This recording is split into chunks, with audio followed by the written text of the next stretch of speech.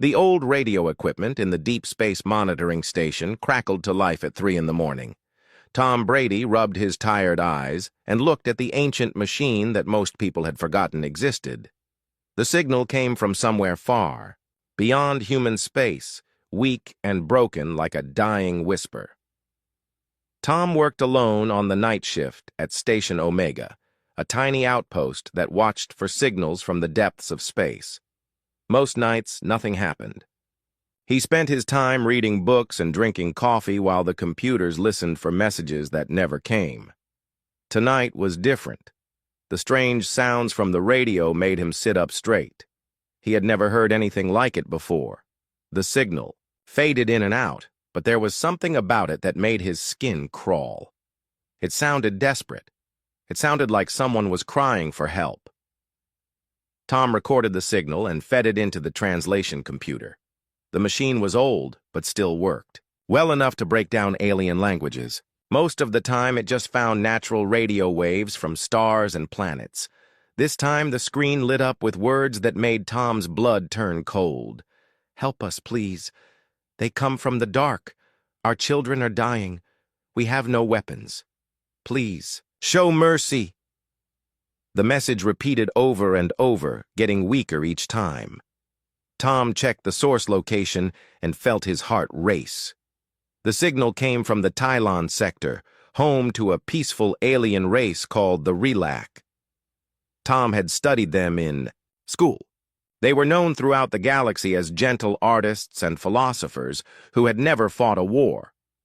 Tom immediately called his supervisor, then his supervisor's supervisor, then kept calling until he reached someone important enough to make decisions. Within an hour, Admiral Patricia Walsh was staring at the same message on her command screen 300 light-years away. Walsh had gray hair and sharp eyes that had seen too many battles.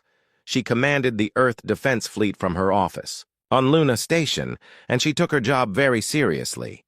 The message from the Relac troubled her deeply. These aliens were known for being peaceful. If they were asking for help, something terrible must be happening. "How old is this signal?"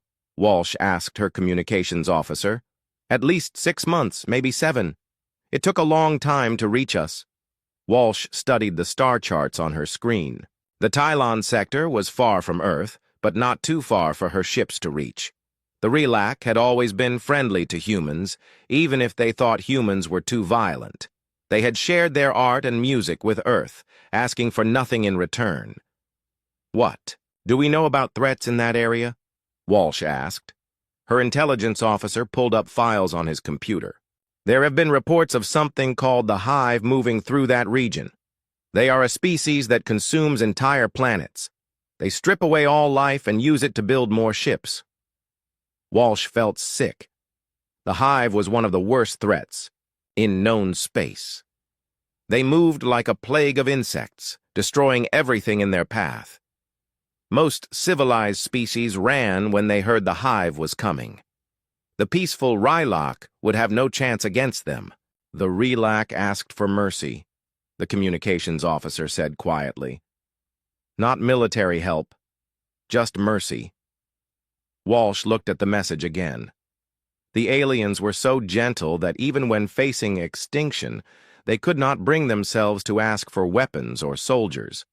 They believed that someone would save them out of pure kindness. Walsh made her decision quickly. "Send orders to all fleet commanders. I want every available ship ready to move within 12 hours. Admiral, the Defense Council will need to approve any major military action," her aide reminded her. "The Council can approve it while we are traveling," Walsh said firmly. "If the Relac are asking for mercy, then that is exactly what they will get. It just might not be the kind they expected." Walsh began calling her ship commanders one by one. Each captain asked the same questions. Why were they mobilizing the entire fleet for aliens who lived so far away? Why risk human lives for people who had nothing to offer Earth in return? Walsh gave them all the same answer. Because it is the right thing to do. The human fleet began gathering at the edge of Earth's solar system. 53 ships of different sizes came together in formation. There were small, fast destroyers, built for hunting enemy ships.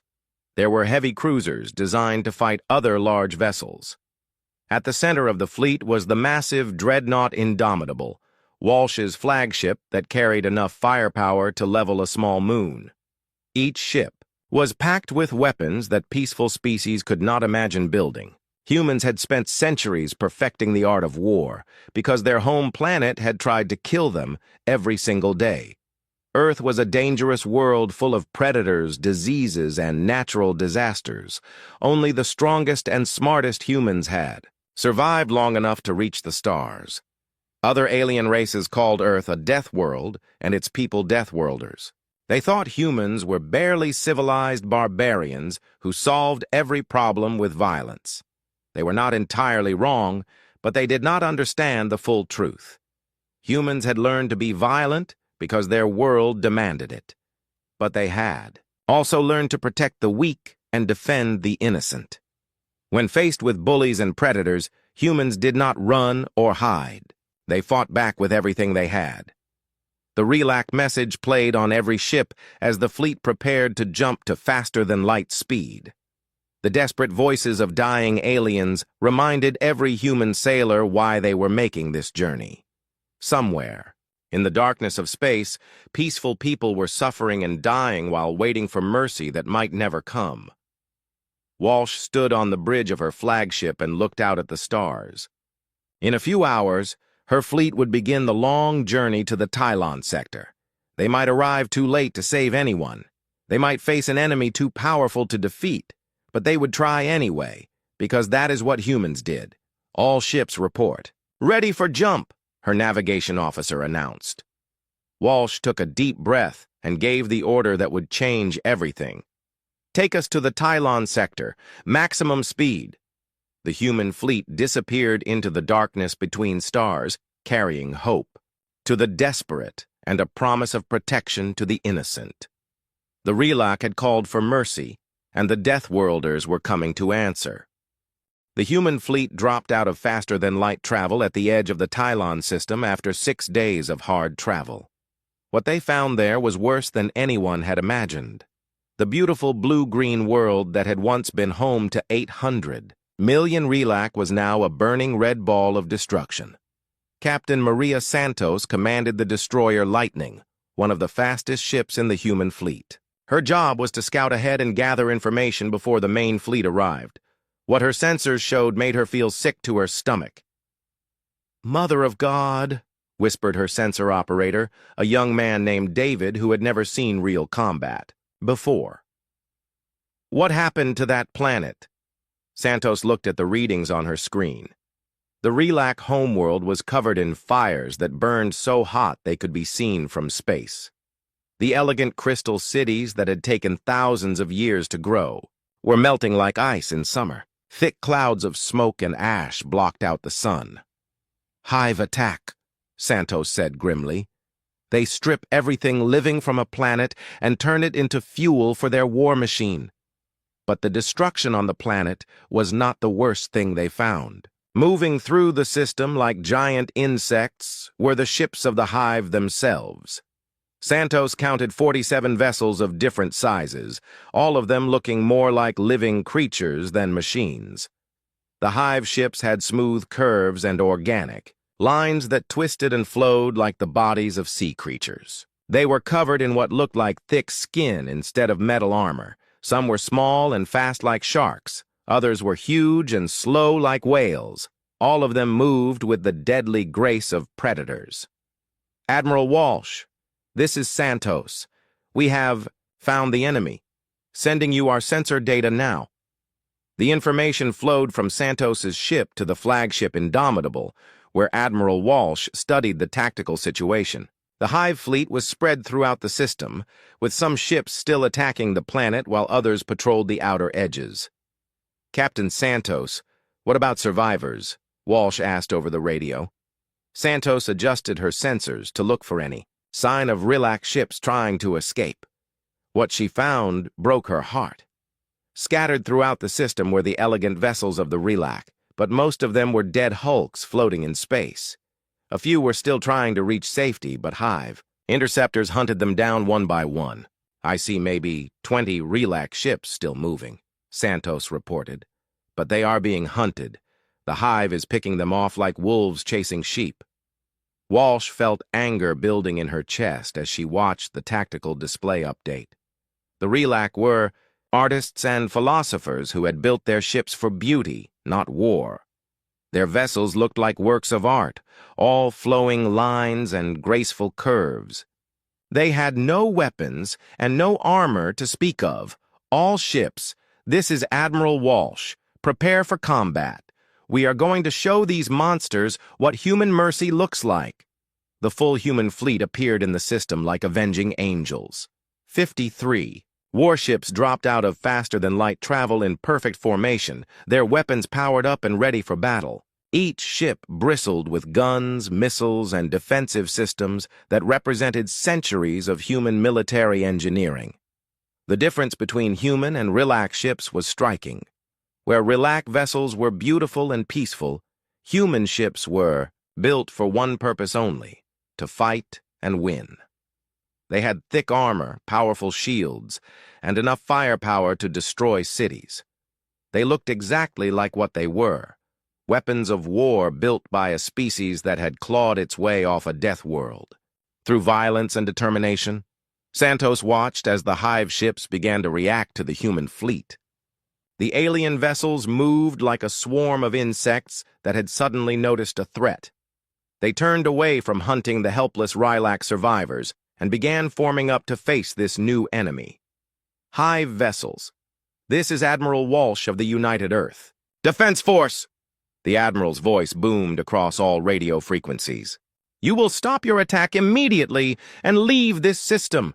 This is your only warning. The response came not in words, but in action. The hive ships began accelerating toward the human fleet like a wave of living death. They moved in perfect coordination, as if controlled by a single mind. They are not interested in talking, Walsh said calmly to her bridge crew. All ships, you are free to engage. Show them how humans fight. The first hive ship to reach human lines was a medium-sized vessel that looked like a giant wasp. It moved faster than anything that size should have been able to, twisting and turning through space as it closed the distance to Captain Rex Thompson's cruiser Phoenix. Thompson had fought pirates and raiders throughout his career, but he had never faced anything like this. The hive ship seemed to dance through space, avoiding his targeting computers with impossible grace. Its living armor shifted and changed color as it moved, making it hard for his weapons to lock on. This thing is too fast. Thompson's weapons. Officer reported. I cannot get a clean shot. Then we do this the old-fashioned way, Thompson replied. He switched his main guns to manual control and aimed by instinct rather than computer.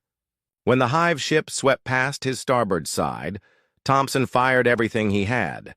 The plasma cannons that had been designed to break apart asteroids hit the living ship with the force of a small star. The hive vessel's organic armor, which had evolved to resist most energy weapons, simply vaporized under the intense heat. The alien ship died in a ball of superheated gas. Good kill, Phoenix, Admiral Walsh said over the radio. All ships, target their largest vessels first. We need to drive them away from those civilian ships. The battle was unlike anything humans had ever fought before. The hive ships moved and fought as one giant organism, sharing information through some kind of biological network. When one ship learned how to avoid human weapons, they all learned. They adapted and evolved their tactics with frightening speed. But humans had advantages that the hive did not expect. Humans had spent millions of years as hunters on a world full of deadly predators. They knew how to track moving targets, how to predict where an enemy would go next, and how to kill efficiently. More importantly, humans were individuals. Each ship captain fought differently, making decisions based on instinct and experience rather than following a single plan. The hive could adapt to human tactics, but they could not predict the chaos of 53 different human minds all fighting their own way. The space around the dying Relac homeworld became a battlefield, like nothing the galaxy had ever seen. Human and hive ships danced a deadly dance among the stars, trading fire and death in the cold darkness of space. And slowly, inevitably, the superior firepower and determination of the human fleet began to tell. The battle raged for 3 hours before the humans began to understand how dangerous their enemy really was. Commander Alex North watched from the bridge of his heavy cruiser Thunderbolt as a hive ship took direct hits from 6 different human vessels and kept fighting. The alien creature's living armor was healing itself faster than human weapons could damage it. "This is impossible," his weapons officer said in frustration. "We hit that thing with enough firepower to crack a moon, and it is still moving." North had spent 15 years fighting in the outer colonies, where pirates and raiders used every dirty trick imaginable. He had learned that sometimes the best weapons were not the biggest guns, but the smartest tactics. As he watched the hive ship regenerate its damaged sections, an idea began to form in his mind.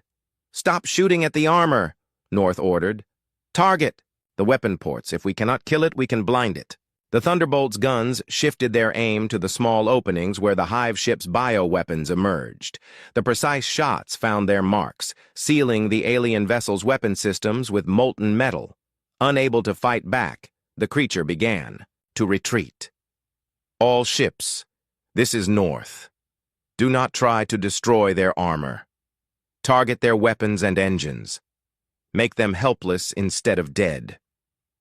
Admiral Walsh heard the advice and immediately understood its wisdom. "Good thinking, Commander. All vessels, adjust your targeting priorities. Disable, do not destroy." But the Hive had been learning too. As human tactics changed, so did theirs. The alien ships began moving in tighter formations, protecting each other's vulnerable spots. Smaller vessels darted between the larger ones like protective children, absorbing shots meant for their bigger siblings.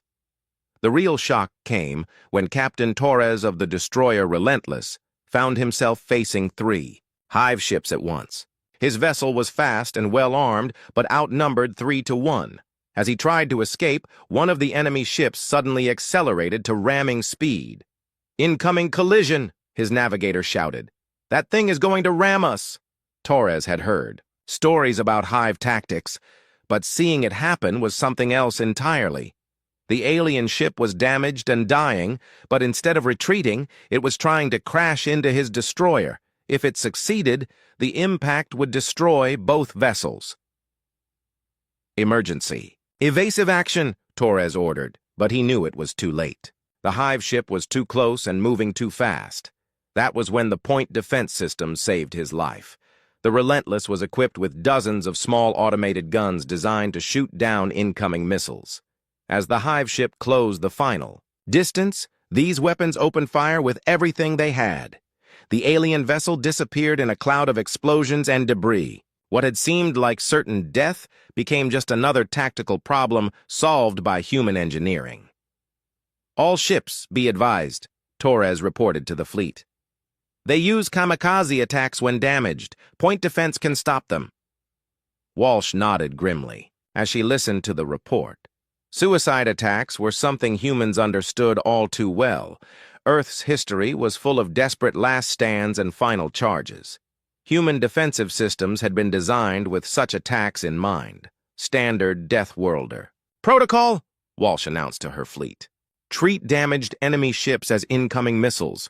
Point defense weapons are authorized to engage automatically." The tide of battle began to shift as human advantages became clear. While the hive ships could adapt quickly, they were still following biological programming that had worked for millions of years. Humans fought with creativity and unpredictability that no natural evolution could match. Captain Lee of the frigate Hornet discovered that hive ships had trouble tracking multiple small targets. He divided his fighter squadrons into pairs and sent them darting through the enemy formation like angry wasps.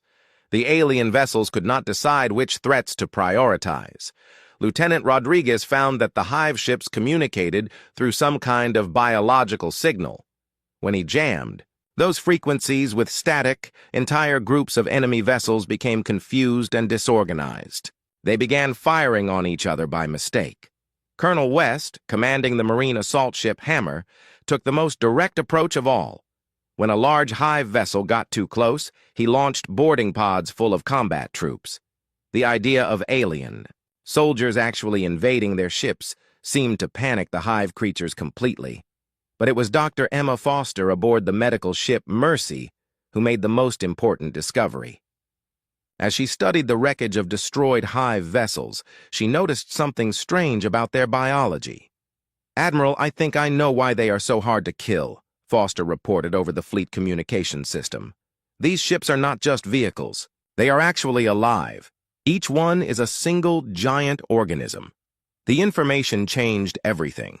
Humans had been trying to fight the hive ships like they were normal spacecraft, but living creatures had different weaknesses than machines. They needed oxygen, food, and clean water to survive. They could get sick. They could be poisoned. All. "Ships with chemical weapons. Prepare gas rounds," Walsh ordered. "Target their air intake vents. If they are alive, they need to breathe."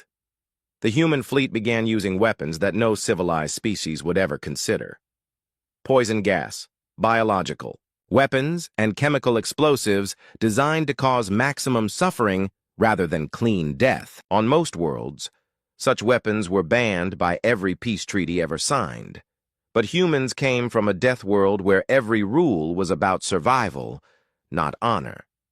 When facing an enemy that wanted to exterminate peaceful aliens, humans were perfectly willing to use every dirty trick they had ever learned. The hive ships began dying in new and horrible ways. Some choked on poisonous gas. Others were eaten alive by bacteria designed to dissolve organic matter. A few simply stopped moving when their nervous systems were paralyzed by human chemical weapons. "They are breaking off," reported Captain Santos from her scout position. "The surviving ships are retreating toward the outer system." Walsh watched the tactical display as the remaining hive vessels began to withdraw. There were only 15 left out of the original 47. Human losses were much lighter. 3 destroyers damaged, 1 cruiser with engine problems, and less than 200 casualties total. "Should we pursue?" asked Commander North. "We could finish them off." Walsh considered the option.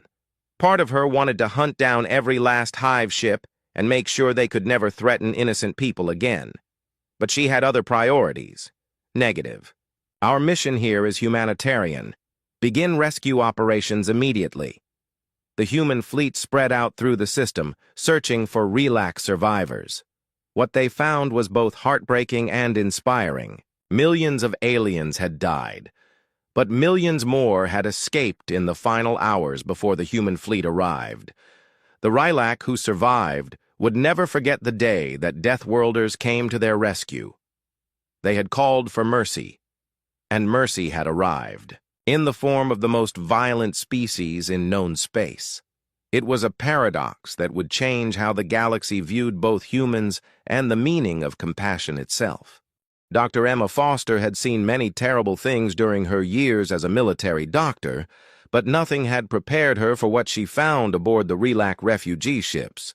The hospital ship Mercy had docked with the largest survivor vessel, and Foster was leading the first medical team to board. The Relac were unlike any species humans had encountered before. Their bodies were partly made of living crystal that grew from their bones and formed beautiful patterns under their translucent skin. In healthy Relac, these crystals glowed with soft colors that showed their emotions. The survivors, Foster found, had crystals that were cracked and dim, reflecting their trauma and grief. "Doctor, you need to see this," called Nurse Williams from the ship's medical bay. Foster hurried over and found herself looking at dozens of Rylac children who were barely alive. The hive had used some kind of biological weapon that was slowly dissolving their crystal formations from the inside. Foster knelt beside a young Relac whose name translated roughly to singing star. The child's crystals were turning black, and she was having trouble breathing. Through the translation device, Foster could hear the child asking for her parents in a voice like broken music. Her family was on the homeworld, explained Elder Mel, one of the Relac leaders who had survived. She does not understand that they are gone forever. Foster worked quickly with medicines designed for human biology, trying to adapt them for alien physiology. It was dangerous. The wrong drug could kill the child instantly, but doing nothing would certainly mean death. After 6 hours of desperate work, Singing Star's crystals began to clear. The child opened eyes that sparkled like diamonds and whispered a word that the translator could not understand. Elder Mel began to cry, which for Relac meant that his crystals flashed with rapid pulses of blue light. She said, "Thank you," Mel explained. "But in our language, that word also means, 'I will remember your kindness forever.'" Foster moved from ship to ship, treating injuries and illnesses that human medicine had never encountered before. Each survivor had a story of loss and terror that made her angry at the universe's cruelty. But they also had stories of hope. Relac, who had sacrificed themselves to save others, families who had stayed together through the darkest hours, and communities that had shared their last food with strangers. Meanwhile, Admiral Walsh was dealing with the massive task of caring for 3 million refugees. The human fleet had been designed for war, not humanitarian relief, but human adaptability was legendary throughout the galaxy. "Captain Thompson, I need your weapons factories converted to food processors," Walsh ordered. "The Relac eat a type of crystalline nutrient that we can synthesize from asteroid minerals. Captain Lee, your fighter bays are now temporary housing. Strip out everything non-essential and install life support for our guests. Commander North, your Marines are now construction workers. I want shelter domes built on every habitable asteroid in this system." The transformation was remarkable. Ships that had been dealing death just hours before were now preserving life with the same efficiency and determination. Human engineers worked around the clock to modify their equipment for alien needs. Soldiers who had been trained to fight became teachers and caregivers, but the most important work was being done by the human diplomats who were trying to figure out what to do with so many refugees. The Relac homeworld was destroyed beyond repair. The survivors needed a new place to live, but finding a suitable planet would take time. Ambassador Helen Park had spent her career dealing with alien governments, but the Relac situation was unique. These people had lost everything and had no government left to speak for them. They were depending entirely on human charity for their survival.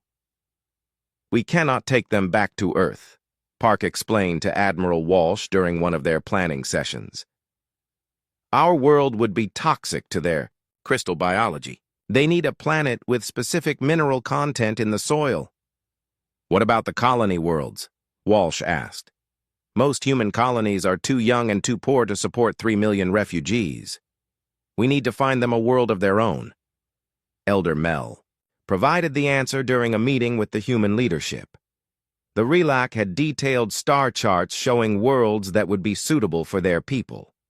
One system in particular caught Walsh's attention, the Kepler 438 system, Mel explained through the translator.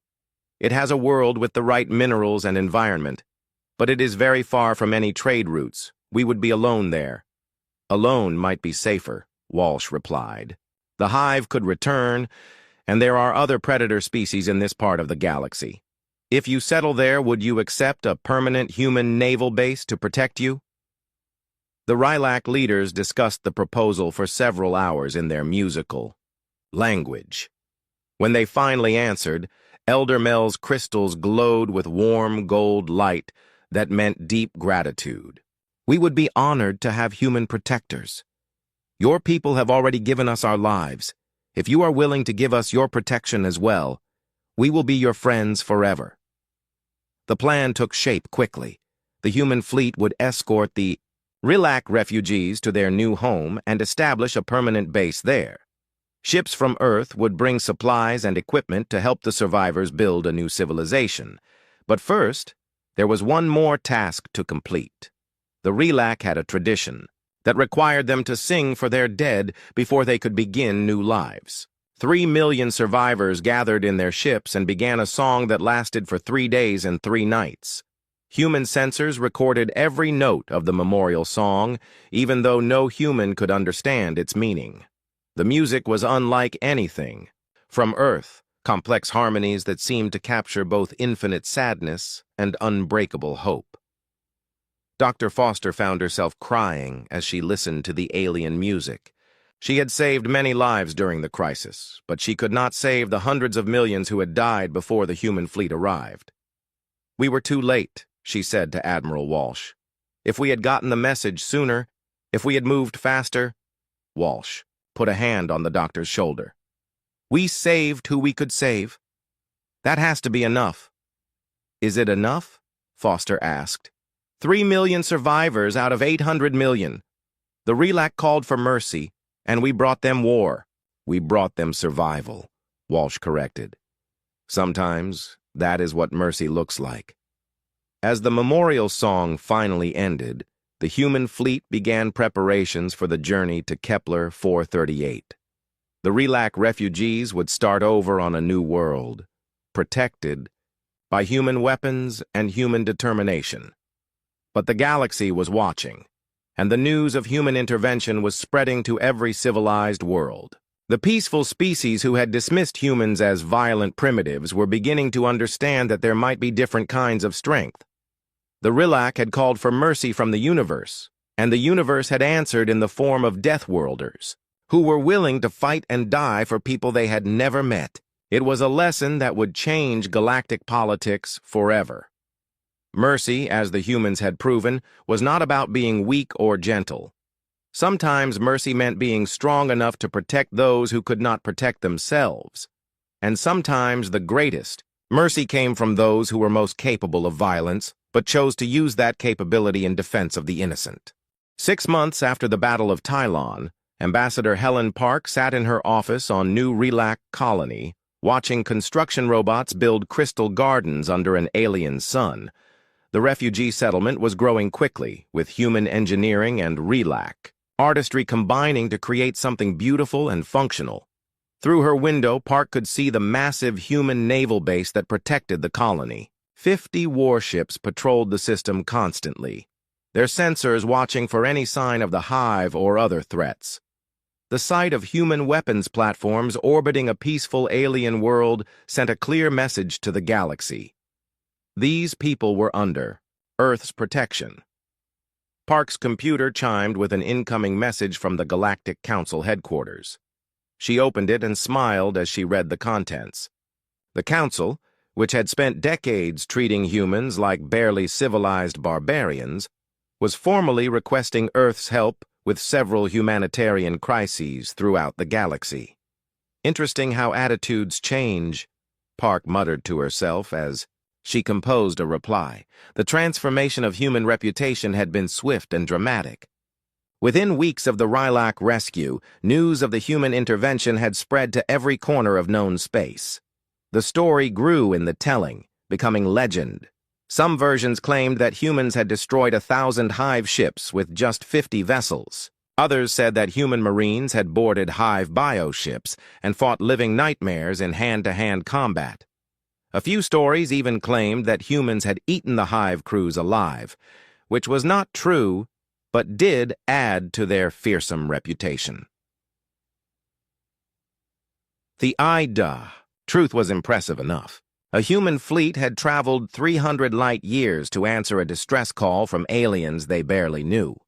They had faced impossible odds and won through superior tactics and overwhelming determination. Most importantly, they had asked for nothing in return. Elder Mel knocked on Park's office door and entered with his usual graceful movements. The Relac leader's crystals glowed with healthy blue and gold colors now that his people were safe and rebuilding their lives. "Ambassador Park, the Council of Singers has completed their decision," Mel announced. "We are ready to send the message." Park nodded and followed Mel to the colony's main communications center.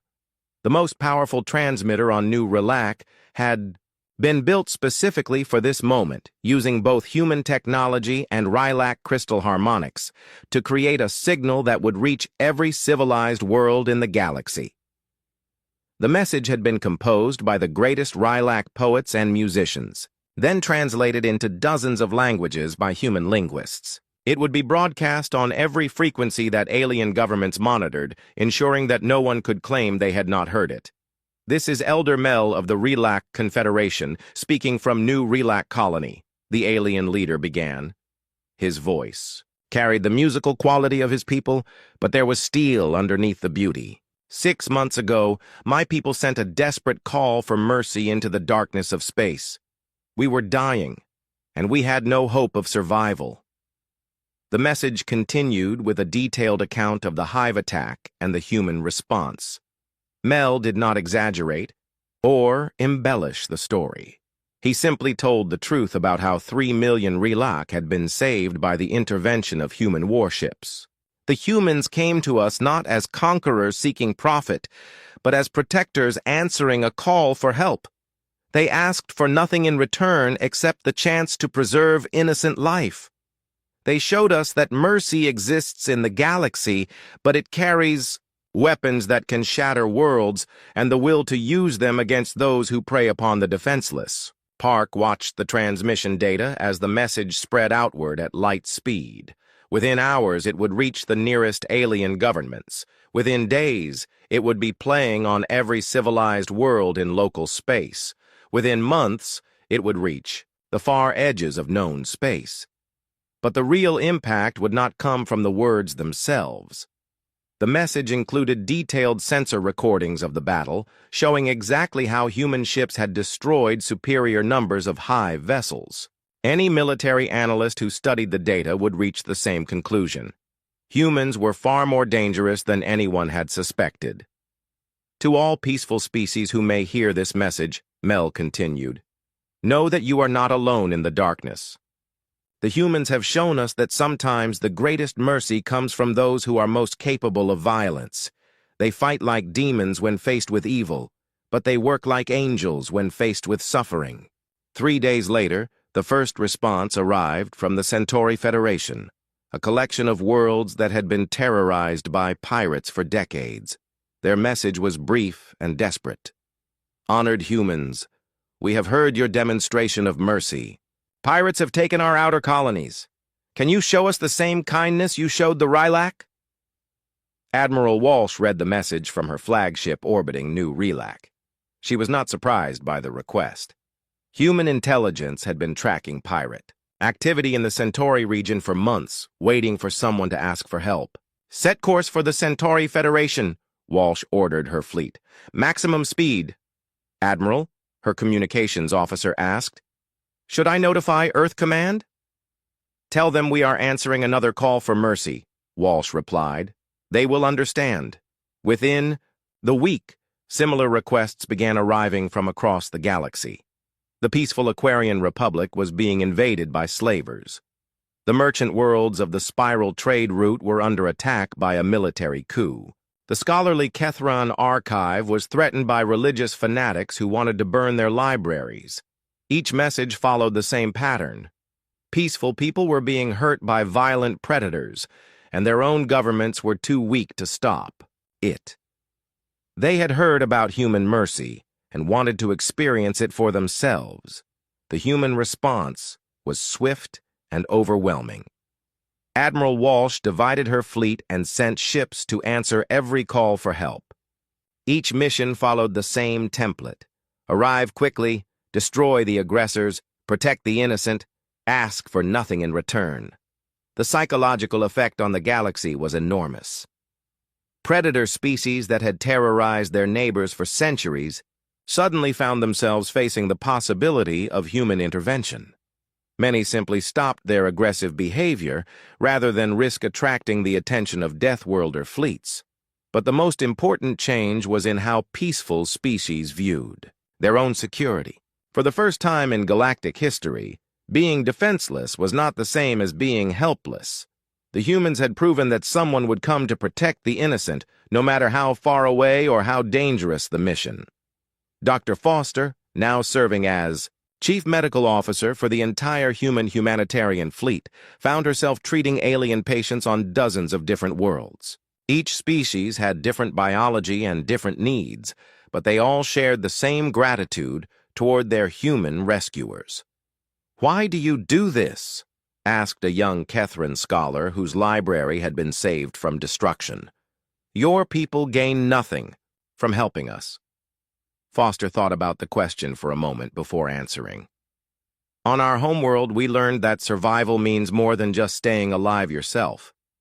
It means making sure the good things in the universe survive, too. Your books and knowledge are good things. They deserve protection." The scholar's feathered crest fluffed with emotion. "You fight to preserve our culture, not just our lives." "Culture is what makes life worth living," Foster replied. "Without art and music and knowledge, survival is just existing. We want you to thrive, not just survive." As the months passed, human fleets became a common sight throughout the galaxy. They established permanent bases in dozens of systems, always with the permission of local governments. Each base sent the same message to potential aggressors. Peaceful people were under human protection. The Galactic Council, which had once dismissed humans as primitive warmongers, found itself completely restructuring its approach to security and diplomacy. For the first time in its history, the Council had to consider what it meant to have a species that would actually fight for moral principles rather than profit. Ambassador Park received a personal message from the Council chairman, a dignified alien whose species had achieved spaceflight when humans were still living in caves. "Ambassador Park, the Council wishes to formally thank humanity for its service to galactic peace. Your people have accomplished in months what we have tried to achieve for centuries. How can we repay this debt?" Park's reply was simple and direct. "Continue being worth protecting." The message from New Relac had changed everything. The galaxy now knew that mercy existed. Carried in the weapon bays of human warships and delivered by Deathworlders who had learned that the strongest were obligated to protect the weakest. Elder Mel's final words in the original broadcast had become a rallying cry for peaceful species everywhere.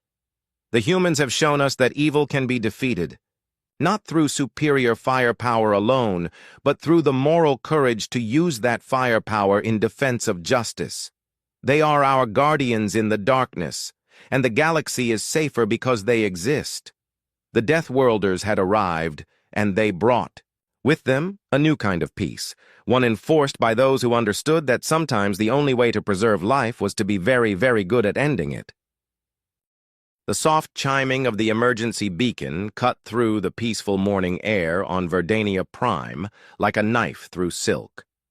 Elder Thalon pressed his six-fingered hand against the warm bark of the great mother tree, feeling the vibrations of panic ripple through the root network that connected every living thing on their world. For the first time in 3,000 years, his people were truly afraid. The transmission chamber deep beneath the capital city buzzed with nervous energy as dozens of Thalan technicians worked frantically at their organic control systems.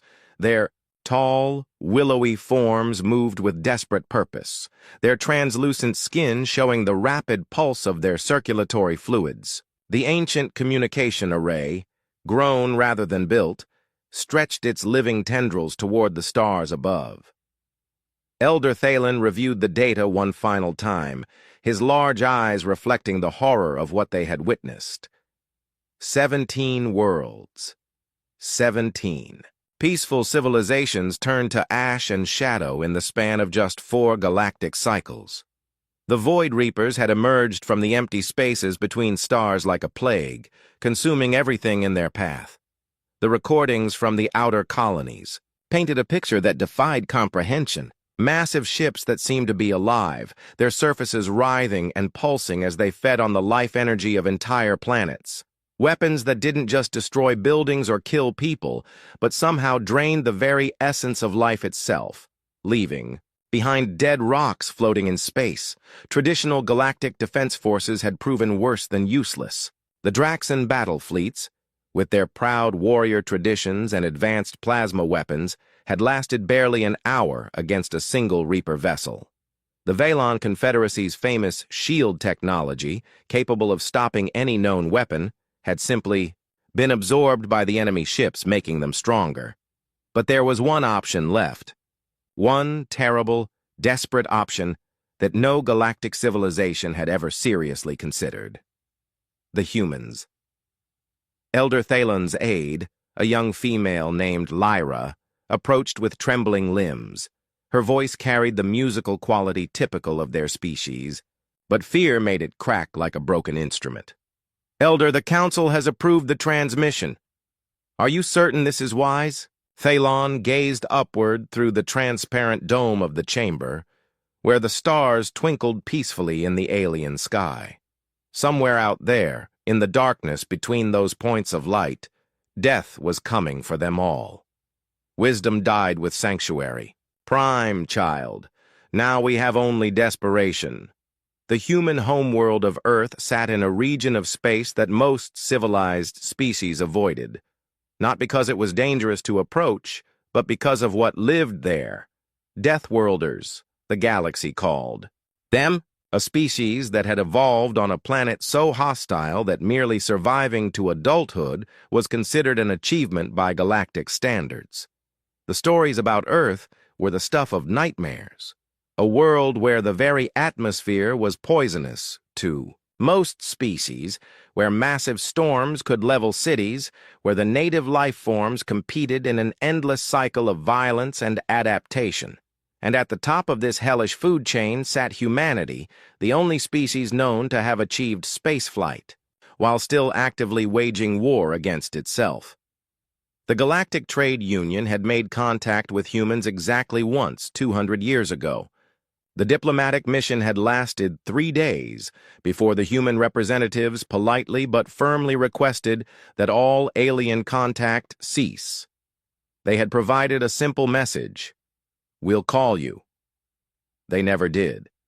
Since then, humanity had been left, alone in their corner of the galaxy, occasionally detected by long-range sensors as they expanded to new worlds or conducted what appeared to be military exercises on a scale that defied comprehension. Rumors spoke of weapons that could crack planets, of soldiers who fought for the pure joy of combat, of a military doctrine based on the principle that any war worth fighting was worth winning completely.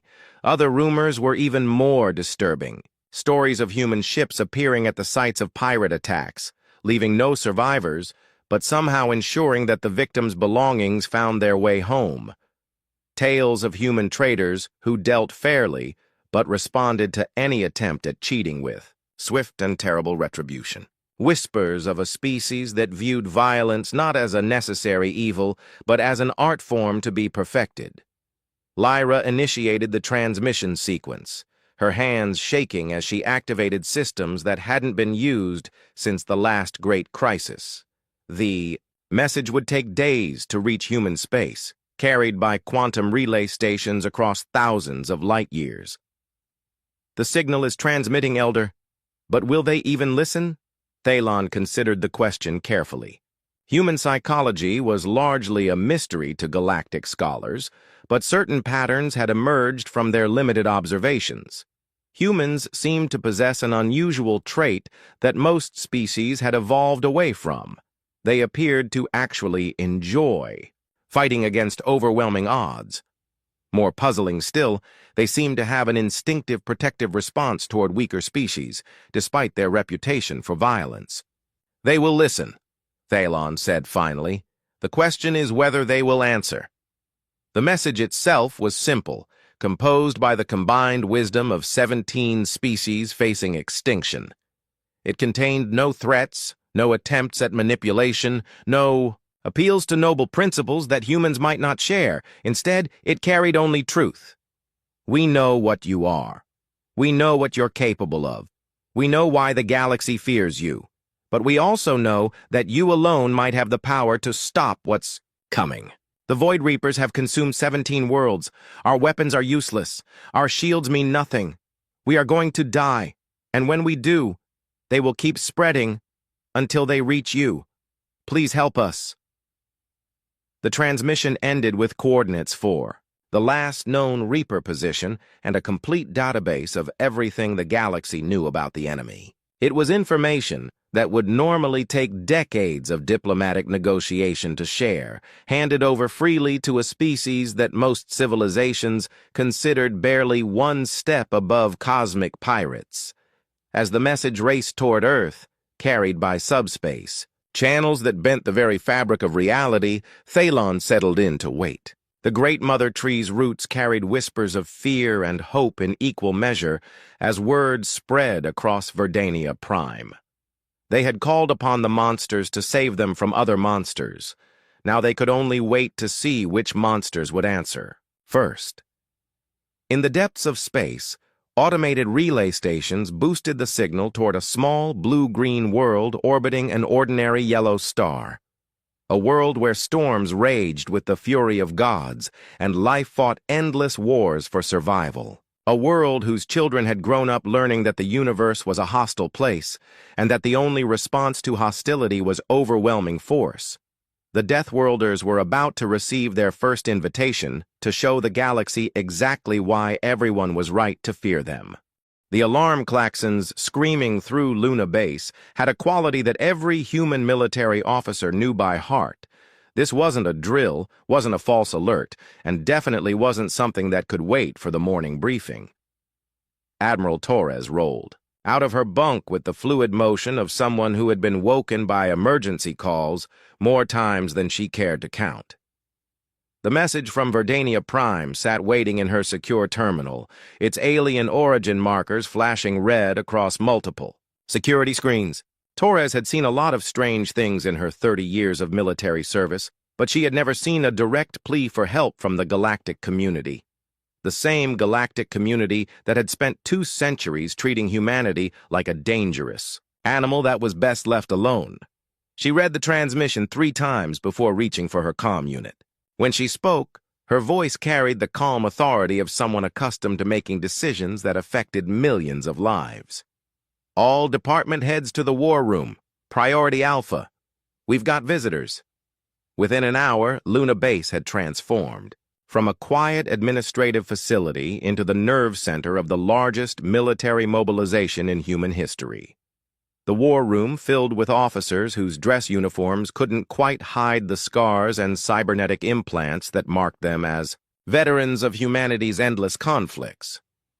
General Hayes, head of strategic planning, spread the tactical displays across the holographic table. The data painted a picture that would have sent most galactic militaries running for cover. 17 dead worlds, enemy ships that adapted to any attack, weapons that could drain the life from entire ecosystems. "Well," said Colonel Park, her cybernetic eye whirring as it analyzed the tactical data, "this should be interesting." The response was typical of humanity's military leadership. Where other species saw insurmountable odds, humans saw a challenge worth their attention. The Yabo Void Reapers weren't just another enemy to be defeated. They were the first real test of human military capability since the end of the Sol System Wars.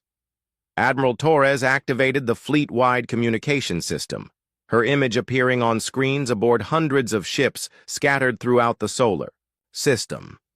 Her words were simple and direct, in the manner that human military personnel preferred.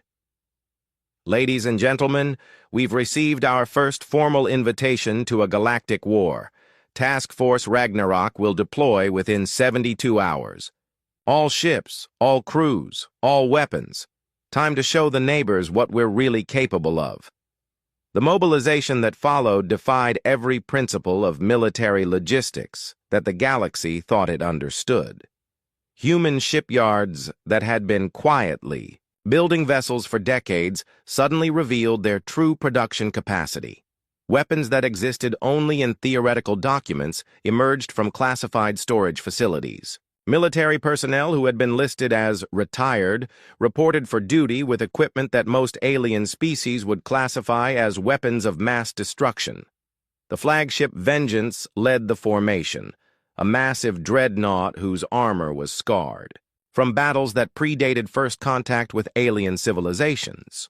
Her captain, a grizzled veteran named Roberts, had earned his command by surviving 3 separate ship destructions and still managing to complete his missions. The Vengeance carried enough firepower to level a small moon, and she was considered only moderately armed by human military standards.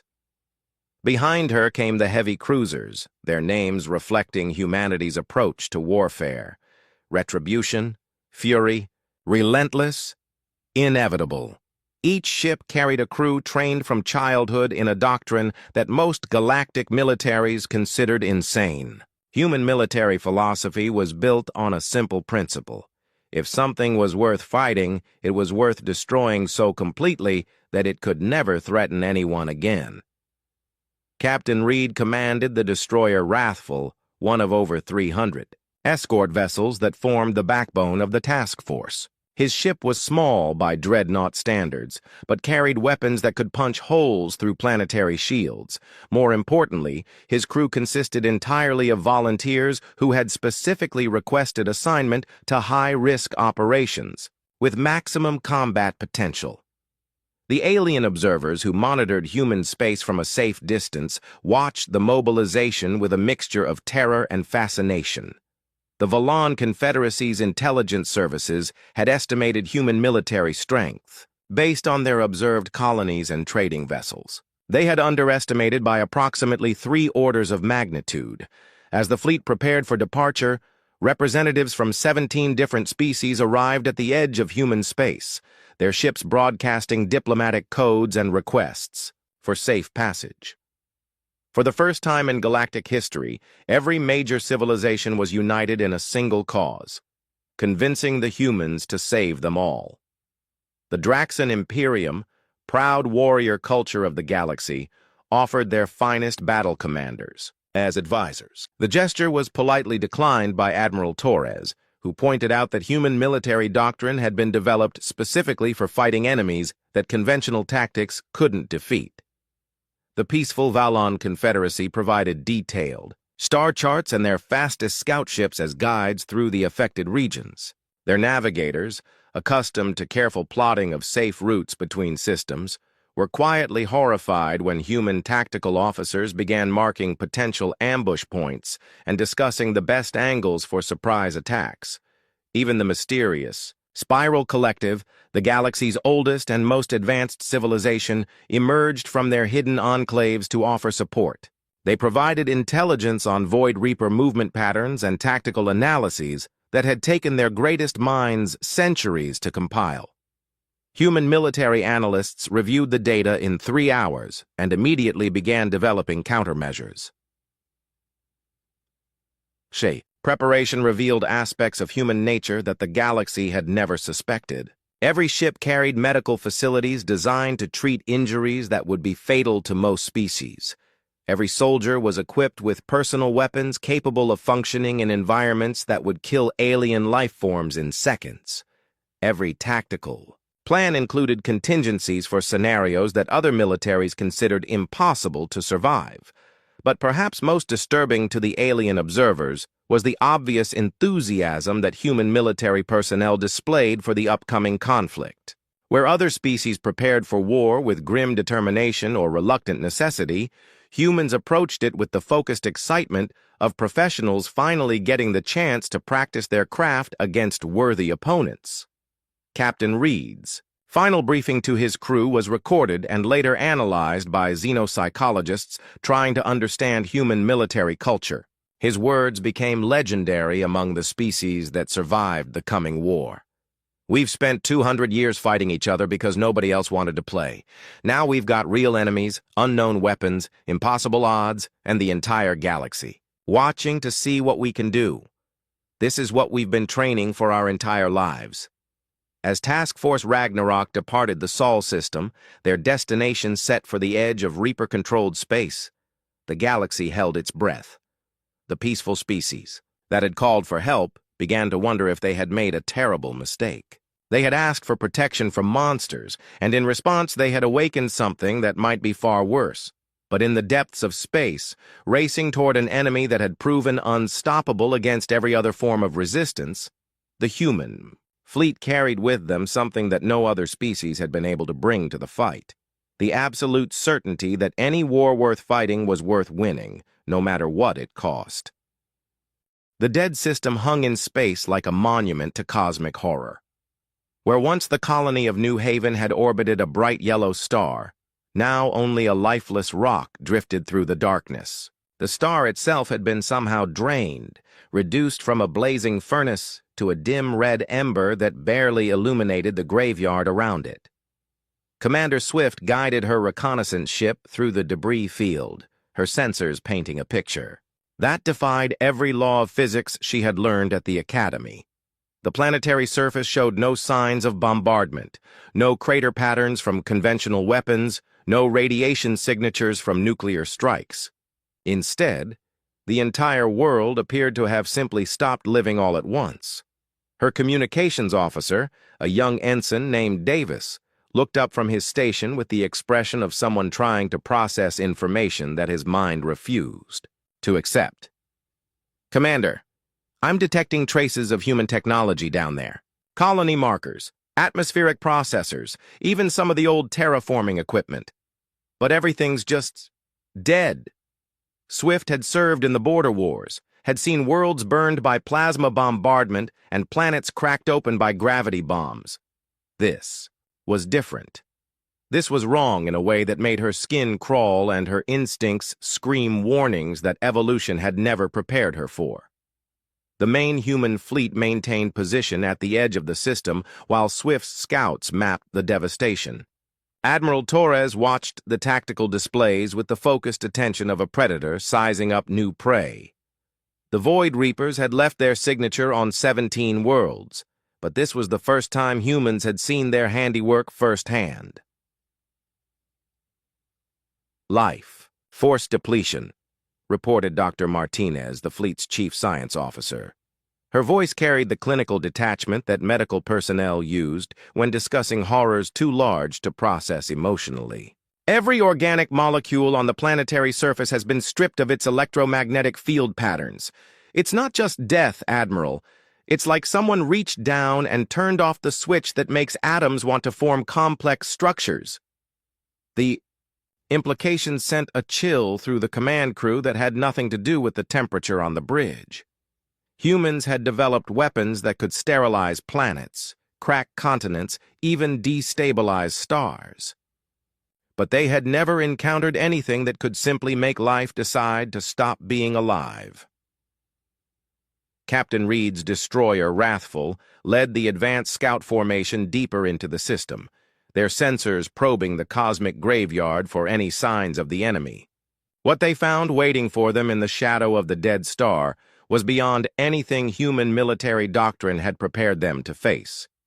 The Void Reaper ships appeared on sensors like holes in reality itself. Their hulls, if they could be called.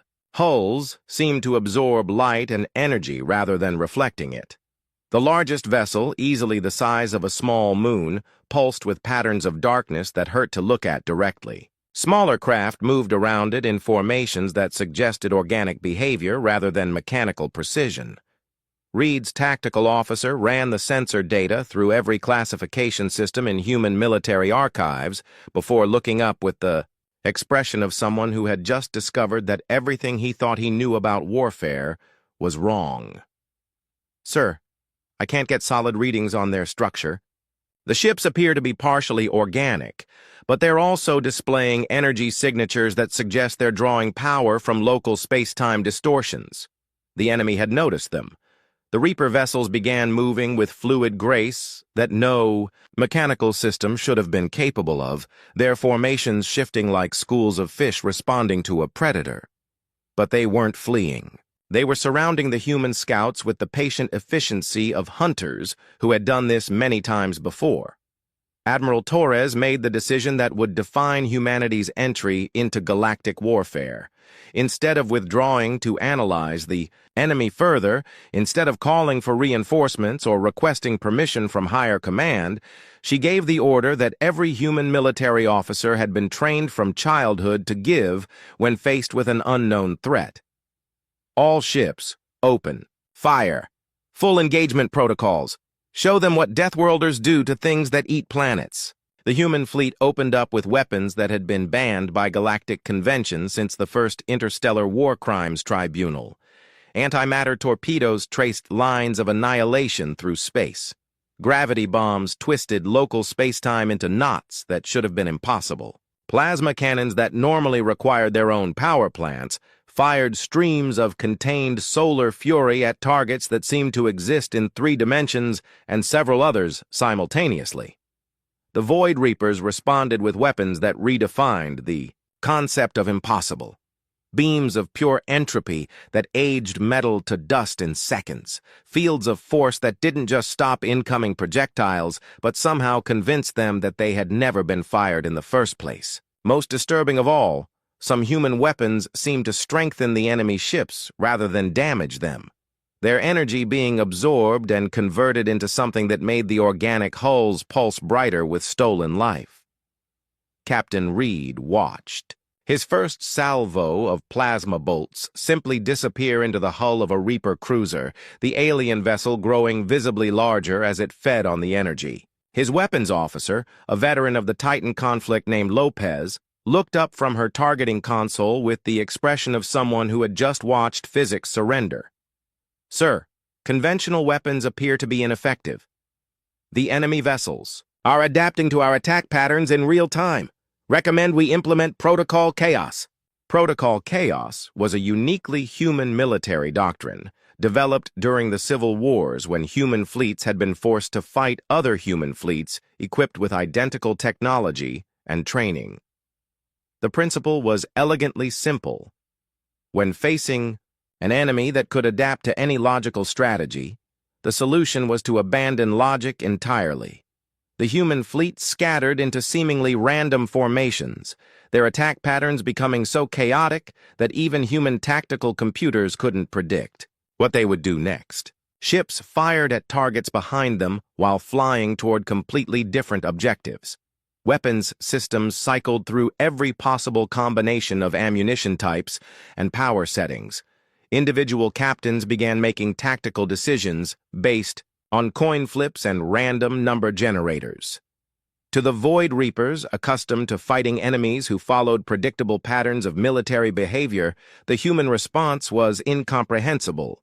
Their adaptive systems, designed to learn and counter any strategy, found themselves trying to adapt to strategies that changed faster than they could be analyzed.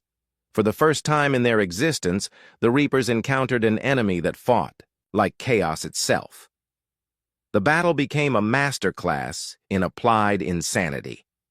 Commander Swift's reconnaissance ship suddenly stopped running sensor sweeps and instead began broadcasting human music at maximum volume while firing antimatter torpedoes, in patterns that spelled out obscene words in the ancient Earth language called English. Captain Reed ordered his crew to engage in ship-to-ship combat using only weapons with an odd number of letters in their names. The effect on the Reaper fleet was immediate and devastating. Ships that had grown stronger by absorbing conventional attacks began to falter when faced with tactics that violated every principle of military logic. Their organic components, evolved to process and counter rational behavior, began to show signs of systemic failure when confronted with opponents who seemed to be actively trying to lose the battle in the most destructive way possible. Admiral Torres watched the tactical display with the satisfaction of someone who had just proven that humans really were as dangerous as everyone thought they were. The Void Reapers were retreating, their perfect adaptation mechanisms overwhelmed by an enemy that refused to make sense. But as the immediate threat withdrew deeper into the dead system, Torres knew that this was only the beginning. The Reapers had shown them something important. They could learn, they could adapt, and they had technology that challenged the basic principles of how reality was supposed to work. The humans had won the first engagement, but they had also learned something that would change everything about how they approached the war. They weren't just fighting an enemy that could destroy planets. They were fighting an enemy that could adapt to become stronger than whatever opposed it. Fortunately for the galaxy, humans had been fighting enemies like that their entire evolutionary history. They called it survival. The laboratory ship Innovation hung in the shadow of a shattered moon, her research bays working around the clock to solve a problem that had never existed before in galactic history. How do you kill something that gets stronger every time you hurt it? Dr. Elizabeth Chen, the fleet's head of experimental weapons development, had been asking herself that question for 3 weeks while her team performed impossible experiments on captured Reaper technology. The breakthrough came not from advanced theoretical physics or sophisticated computer modeling, but from a junior technician named Williams who had grown up on one of Earth's agricultural colonies. He was examining a sample of Reaper biometal when he made an observation that would change the course of the war. "Doc, this stuff reminds me of something we used to deal with back home. Ever heard of aggressive adaptive parasites?" Chen looked up from her quantum analysis equipment with the expression of someone who had just been offered a lifeline she didn't know she needed. Agricultural parasites were a constant problem on frontier worlds, organisms that evolved to counter whatever measures farmers took against them. But farmers had developed ways to deal with adaptive threats. "Williams, you beautiful genius, we've been trying to kill them. What if we make them kill themselves?" The solution was elegantly simple in the way that only truly dangerous ideas could be. Instead of developing weapons that destroyed Reaper ships, human scientists created weapons that forced them to evolve in specific directions. Evolution bombs that triggered rapid genetic changes, pushing the organic components of Reaper vessels beyond their ability to maintain structural integrity. The first field test took place during the Battle of Crimson Nebula, where a Reaper scouting force had been harvesting the life energy from a gas giant's ecosystem. Captain Blake's engineering ship Innovator launched a spread of evolution bombs at the enemy formation, each warhead programmed to trigger different evolutionary pressures. The results exceeded every prediction. The Reaper ships began to change, their biometal hulls writhing and restructuring as their adaptive systems responded to the artificial evolutionary pressure. But instead of becoming stronger, they began to tear themselves apart as conflicting adaptations fought for dominance within the same organism. One Reaper cruiser split into 3 separate entities that immediately began attacking each other. Another transformed into something that was perfectly adapted for surviving in deep space, but had lost the ability to maintain its weapon systems. A third simply dissolved as its cellular structure became so specialized that it could no longer perform basic metabolic functions.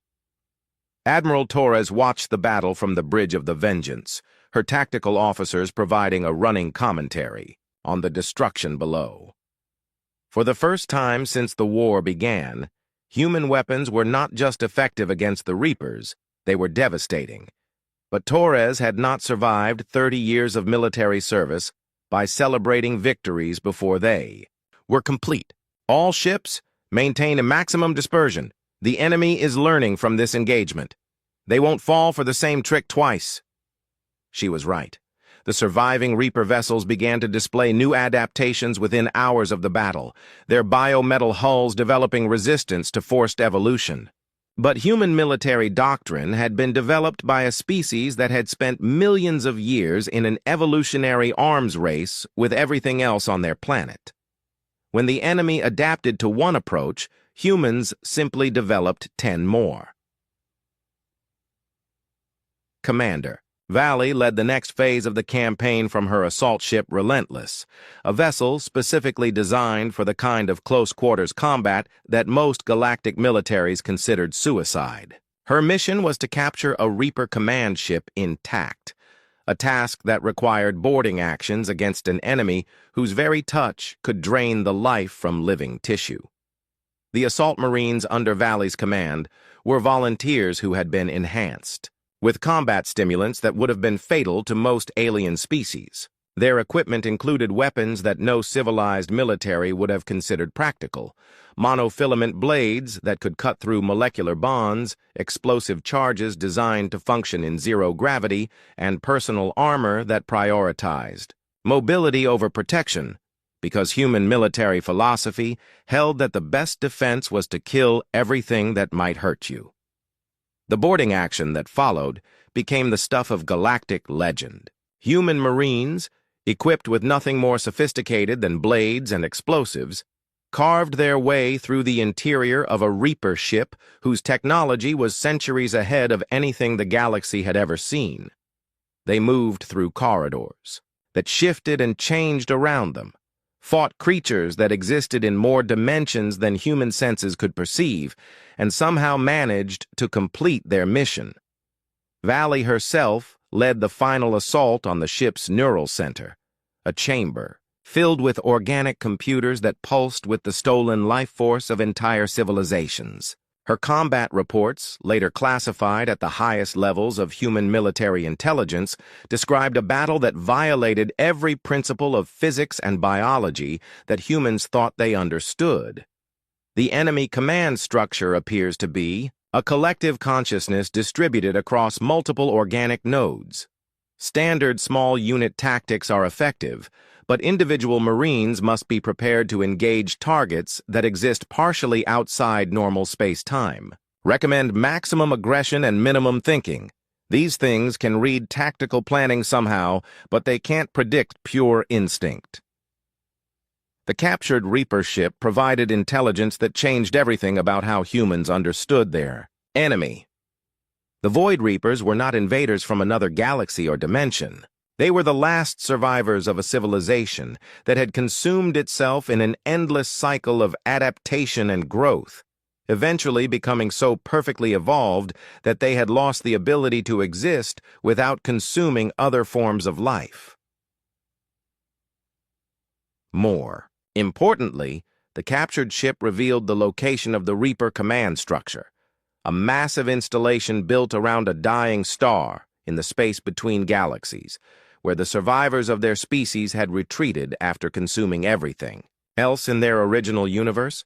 Admiral Torres assembled the fleet for what every human officer knew would be the final battle. The enemy had shown them that adaptation and evolution were not enough to guarantee survival. Sometimes, the only solution to an impossible problem was to change the fundamental nature of the problem itself. Captain Reed, his destroyer wrathful, scarred from dozens of engagements, received his final mission briefing with the calm acceptance of someone who had always known that his career would end in a battle that nobody was expected to survive. His ship had been selected for a special role in the coming assault, a mission that required precision, courage, and the willingness to sacrifice everything for a victory that might save the galaxy.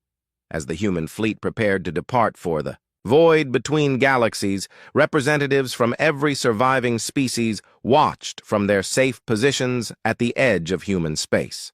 They had called upon the Deathworlders to save them from monsters, and the Deathworlders had responded by becoming something even more terrifying than what they were fighting. The gentle Thalan, who had sent the original distress call, looked upon the human fleet with a mixture of gratitude and existential terror. They had asked for protection and received it. But in the process, they had learned that sometimes the price of safety was discovering that the universe contained things far more dangerous than whatever you were afraid of. The humans were going to war against an enemy that had consumed entire civilizations, armed with weapons that violated galactic convention and tactics that defied military logic. And from everything the galaxy could observe, they were looking forward to it. As Admiral Torres gave the order to depart for the final battle, her words were recorded and transmitted throughout human space, becoming the unofficial motto of the species that had decided to take responsibility for the galaxy's survival. Time to show them what evolution really looks like when it's guided by intelligence instead of hunger. The space between galaxies was not meant for living things. Here, in the cosmic void where even starlight took millions of years to travel between points of reference, the human fleet faced a darkness so complete that it seemed to have physical weight. Emergency lighting systems throughout the ships flickered and dimmed, as if the very concept of illumination was being challenged by the environment around them. Admiral Torres stood in the observation deck of the Vengeance, watching through reinforced viewports as reality itself seemed to bend and twist in the distance. The Reaper stronghold hung in the void like a cancer made of shadow and stolen light, its massive structure built around a star that had been somehow prevented from dying completely. The dying sun pulsed with unnatural rhythms, feeding energy into installations that stretched across light years of empty space. The fleet's chief navigator, Commander Price, reported their position with the clinical precision of someone who was trying very hard not to think about where they actually were. Admiral, we have achieved stable position at the edge of the target zone. Long-range sensors are detecting approximately 10,000 Reaper vessels in defensive formations around the central structure. Mass readings suggest individual ships ranging from destroyer class to something approximately the size of Earth's moon. 10,000 ships. The combined military might of the entire galaxy at its peak had never assembled a fleet half that size. Any rational military commander would have looked at those odds and ordered an immediate retreat to develop new strategies, gather more resources, or at least write a report explaining why the mission was impossible. Admiral Torres was not rational. By galactic standards, she was human. All ships, execute Phoenix Protocol. Captain Reed, you're cleared for sacrifice run. Make it count. Captain Reed acknowledged the order from the bridge of the Wrathful, his crew moving with the calm efficiency of people who had trained their entire careers for this moment. The Phoenix Protocol was a tactical doctrine that no other species had ever developed because no other species was insane enough to consider it a viable strategy.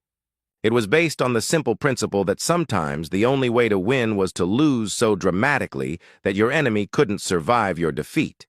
Reed's destroyer broke formation and accelerated toward the heart of the Reaper fleet, her hull blazing, with energy signatures as her crew overloaded every system aboard the ship. The Reapers responded exactly as human tactical planning had predicted, converging on the lone vessel with the focused attention of predators recognizing easy prey. What they failed to recognize was that the Wrathful was not attempting to attack their fleet. She was attempting to deliver a message. The ship's final transmission, broadcast on every frequency that human technology could generate, carried a simple payload, a complete record of human military history, from the first tribal warfare on Earth to the sophisticated orbital bombardments of the Sol System wars. It was not propaganda or psychological warfare. It was education. For the first time in their existence, the Void Reapers learned what it meant to be human. They absorbed the records of a species that had fought wars with sticks and stones, then nuclear weapons, then devices that could crack planets. They processed the tactical archives of creatures who viewed warfare not as a necessary evil, but as a fundamental expression of their nature. Most importantly, they discovered the human concept of sacrifice. The Reaper collective consciousness, spread across 10,000 ships, and the massive installation they protected, suddenly found itself trying to process an idea that had never existed in their experience. The concept of deliberately accepting destruction, not for survival or adaptation, but to protect something else. The very notion violated every principle that had guided their evolution for millions of years. Captain Reed's final act was to ram the Wrathful directly into the command center of the largest Reaper vessel. But the explosion that followed was not the result of antimatter warheads or fusion reactors overloading. It was the result of the Reaper ship's own consciousness, tearing itself apart as it tried to understand why a rational being would choose death when survival was possible. The cascade failure spread through the Reaper fleet like a virus of incomprehension. Ships that had survived the death of entire civilizations began to shut down as their collective intelligence encountered thoughts that their evolution had never prepared them to process. The concept of self-sacrifice was so alien to their nature that it functioned like a logical paradox, causing their organic computers to crash when they tried to incorporate it into their worldview. But Admiral Torres had not brought her fleet across the void between galaxies just to watch the enemy destroy itself. The Phoenix Protocol was only the first phase of a strategy that pushed human military doctrine beyond every limit that civilized warfare recognized. All ships, initiate Genesis cannon, link all reactors.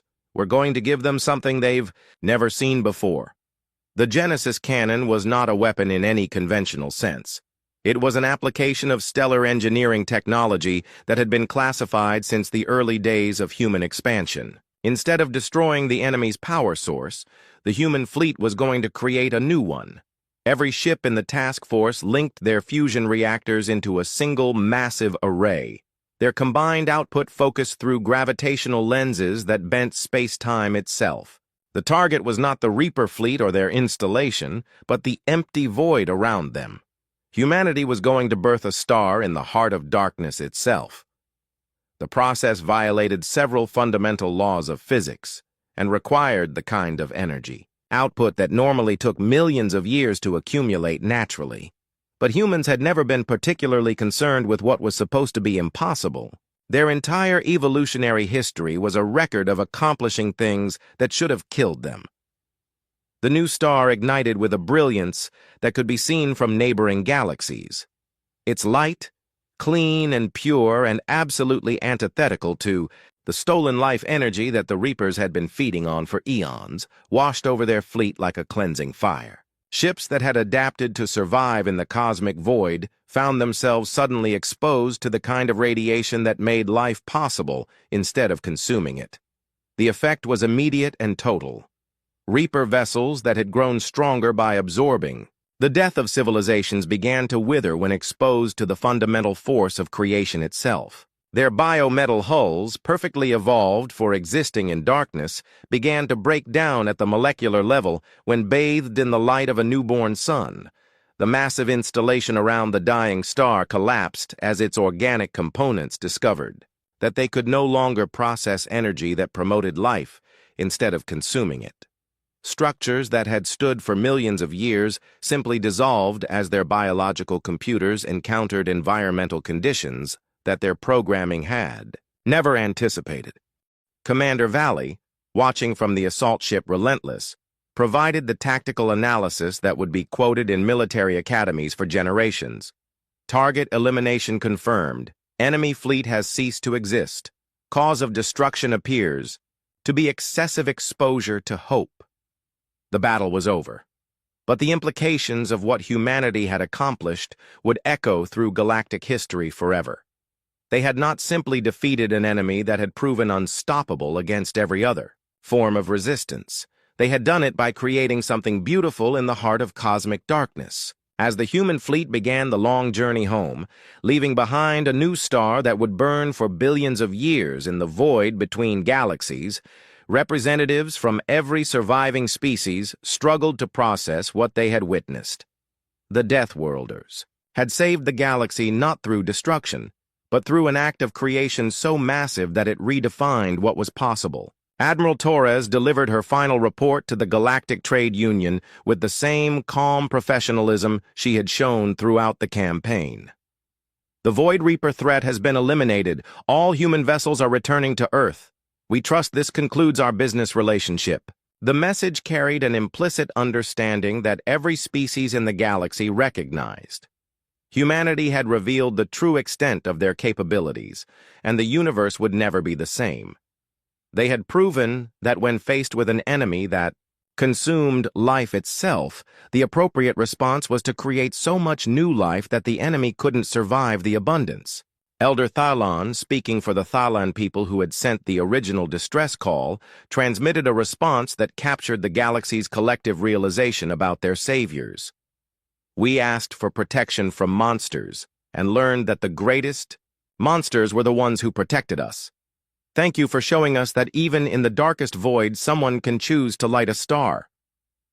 The human fleet disappeared back into their corner of the galaxy, leaving behind only the light of a new sun, and the legend of the Deathworlders who had saved civilization by being exactly what everyone feared they were. In the space between galaxies, where once there had been only darkness and death, a star burned bright with the message that life would always find a way to triumph over entropy.